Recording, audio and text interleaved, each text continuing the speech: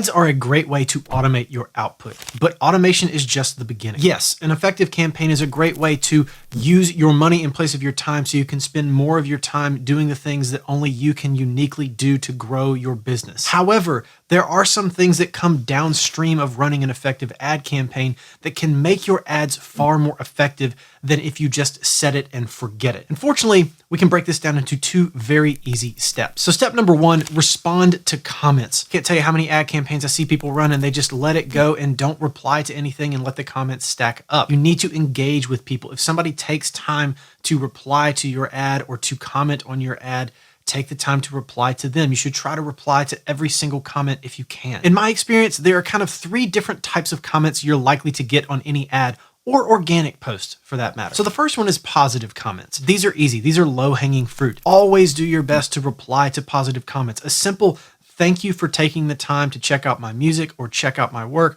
or thank you for taking the time to reply goes a long way. Just replying with kindness and gratitude is huge. People want to be seen, especially online when it feels like you're kind of shouting into the void. If you can actually reply to somebody and have a meaningful back and forth engagement, it's going to make their day. And honestly, it's going to kind of make your day too, and put wind in your sails and say, hey, somebody's responding positively to the work that I'm putting out in the world. This is a good thing. And if done correctly, these conversations might move to direct message or even email. And that's when you start to build lifelong fans of your work. Now, the second type is just the outright hateful stuff. This is the complete opposite end of the nice comments. These are comments that are just nasty. It happens to all of us. We've all experienced it. And unfortunately, when you're running paid ads, the negativity per capita does kind of go up compared to just posting organic content.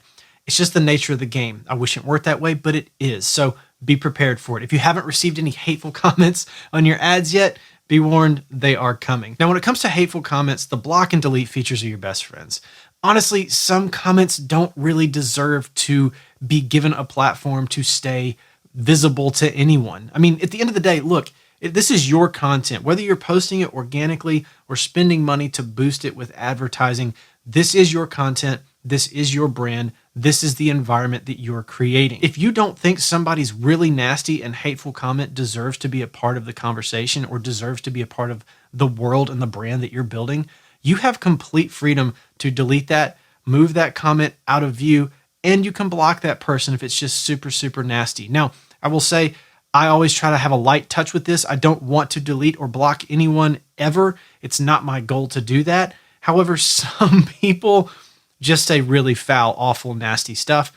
And so those features are there for a reason. Now, the third one is the one that is the most difficult to navigate. This is the critical comment. That's what I call it. It's the comment that's not really nice. It's not really bad. It's just kind of a little bit negative, but not horrible. Fortunately, the critical comments are where the most opportunities lie.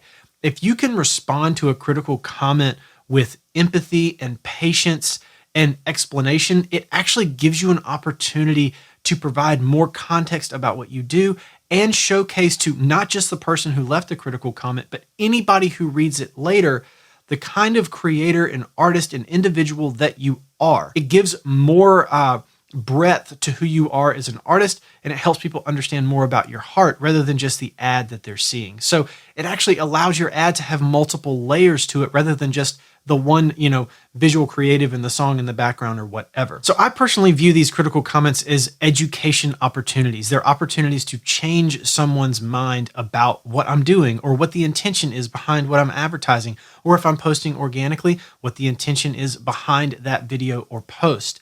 And I'm not always concerned. I am concerned about the person who leaves the critical feedback, but it's not always them that I'm most concerned about. Oftentimes, it's anybody else who comes along after that I'm most concerned about. So do your best to respond to critical comments with patience and empathy rather than getting angry or defensive or anything like that, which we all do. I'm sure that historically there is somewhere I've replied to a critical comment with a little bit of impatience, and I shouldn't have. It does happen. We're all human. But the more positivity and kind of reorientation that you can deliver in response to critical comments, the better you and your art and your business and kind of everybody else's experience will be for it. Okay, so we're responding to comments. We're engaging when people engage with our content. Now let's move on to step 2. Fix your profile. Your social media profile is a sales page. Now, I don't care if you're posting organically to X or Threads or YouTube, or you're running ads on Facebook and Instagram. It doesn't matter. Your profile is there to help sell people on following you and going deeper with you as a brand. It's not just about consuming your music on Spotify. It's not just about buying merch from your store. It's about going deeper with you as a value creator. Now, oftentimes when we hear the word sales page, we think, well, this is a landing page on a website somewhere that just clarifies and showcases benefits and drawbacks and magnifies pain points and ultimately converts somebody into a customer. And yes, that's true. However, I think a lot of us often overlook the power of the first sales page that most people see, and that is our profile. Your bio needs to be good. Your picture needs to be good. It needs to pass the grunt test. When somebody lands on your profile, they need to be able to go, huh?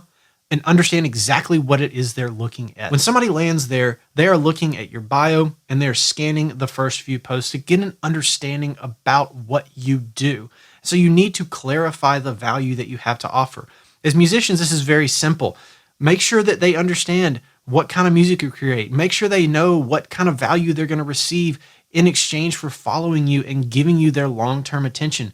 For music, it's probably just entertainment. It might be something deeper if you have more of like a message attached to your work. It might be world building if you're making like a lo-fi record label or like ambient music or something. Maybe you're creating a world to bring people into. Maybe it's more about an emotion and a feeling that you want to deliver to your audience.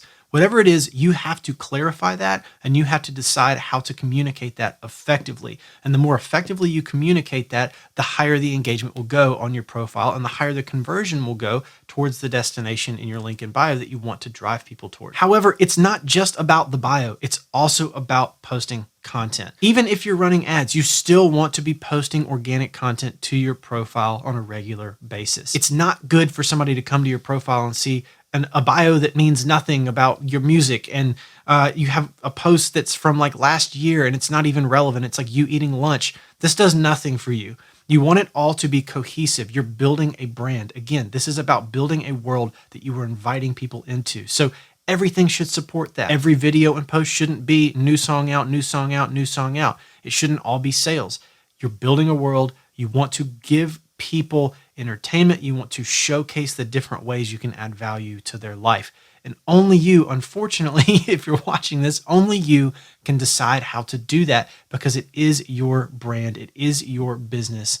It is your art. And every one of us is different. Now, the good news about these two things is these evolve. It will change over time. How you learn to respond to comments, how you learn to navigate negative comments and critical comments will evolve and improve over time. And your bio and your posts and your content and the brand and the world that you are building will improve and change over time. So this is a never-ending process. So once you figure out something that works, go to work on iterating it, try to figure out how to improve it. Sometimes it's just changing one word in your bio. Sometimes it's shrinking it down. Sometimes it's expanding it out. Always be changing, always be iterating, always be improving so that you can deliver more value to your audience. So that's it for this video. Now, if you want to go deeper with topics just like this off of social media, then you can read past issues of my newsletter on my website, tomdupreethird.com. And if you want to make sure you don't miss a single newsletter in the future, you can drop in your email and subscribe. And every Tuesday, I will deliver one thing to your inbox that I am either thinking about or testing to help you succeed as a brand builder and independent artist. So if you do want to read that or subscribe, then I will leave a link to do so in the description of this video. And as always, thank you for watching, and I'll catch you on the next one. Peace.